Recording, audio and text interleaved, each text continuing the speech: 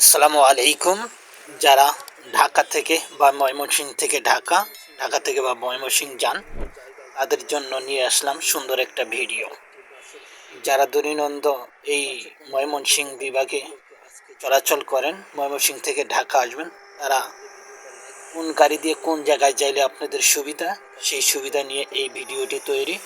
দেখতে থাকুন এবং ভালো লাগলে ভিডিওটি শেয়ার করুন। ১ নম্বরে আপনাদের জন্য সম্পূর্ণ গেট লক সার্ভিস ইউনাইটেড পরিবহন, যা পূর্বের নাম ছিল এনা পরিবহন। এই পরিবহন ঢাকা থেকে ময়মনসিংহ, ময়মনসিংহ থেকে ঢাকা সম্পূর্ণ গেট লক হিসাবে চলাচল করে। আপনারা নিরাপদে এই যানবাহনটি বেছে নিতে পারেন। দ্বিতীয়ত হলো শৌখিন পরিবহন। এটি ঢাকা থেকে ময়মনসিংহ, ময়মনসিংহ থেকে ঢাকা। তবে এই পরিবহনটি রাস্তার বিভিন্ন জায়গায় লোক উঠা নামানো করে এবং এটি লোকাল সার্ভিস নামই পরিচিত। তবে আপনারা এই গাড়িটি দিয়েও যাতায়াত করতে পারেন, খুব সুন্দর সার্ভিস আছে। তারপর সামনে আপনাদের জন্য আরেকটি পরিবহনের কথা বলবো, এটা হলো আলম এশিয়া।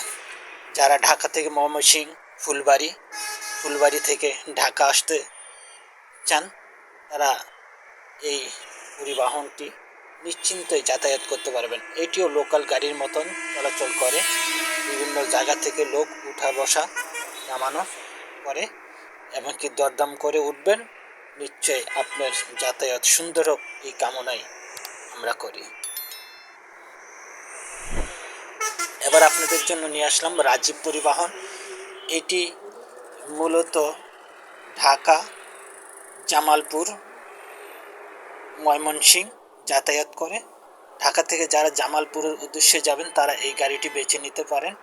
এটিও লোকাল বাসের মতন এবং কি বিভিন্ন জায়গায় লোক উঠাউঠি করে, লোকাল সার্ভিসের মতোই খুব সুন্দর গাড়ি, আপনি এটা দিয়েও যাতায়াত করতে পারেন। তারপরে আছে ইমাম পরিবহন।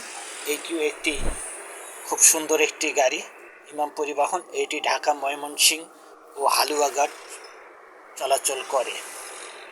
আপনারা এই গাড়িটিতে, যারা ঢাকা থেকে হালুয়াঘাট যাবেন, তারা এই গাড়িটি বেছে নিতে পারেন।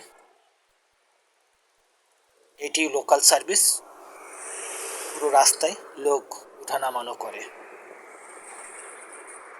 তারপর আরেকটি পরিবহন, এই যে প্রভাতী বনশ্রী। যারা ঢাকা গুলিস্তান, ঢাকা ফুলবাড়ি থেকে আপনার গাজীপুর, মাওনা, জয়নাবাজার আসবেন, তারা এই গাড়িটিও চয়েস করতে পারেন। এটি বিভিন্ন জায়গায় কাউন্টার আছে, তারপরও এটা বিভিন্ন স্টেশনে লোকালের মতন যাত্রী উঠায় এবং নামায়। আপনিও এই গাড়িটি দিয়ে যাতায়াত করেন। আপনার যাতায়াত সুন্দর হোক, নিরবিচ্ছিন্ন হোক। সবাই সুস্বাস্থ্য কামনা করে শেষ করলাম। ভালো লাগলে অবশ্যই ভিডিওটি লাইক, কমেন্ট